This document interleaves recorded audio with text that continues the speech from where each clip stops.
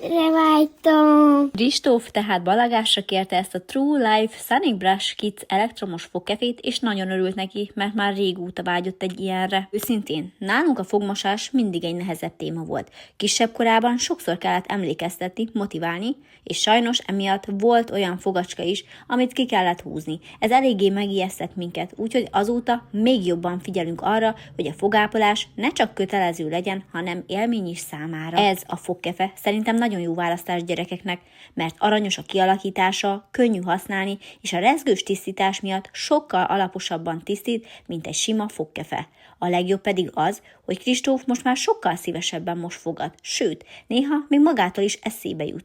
Nekem anyaként ez hatalmas megkönnyebbülés, mert tudom, hogy ezzel is sokat teszünk azért, hogy egészségesek maradjanak a fogai hosszú távon.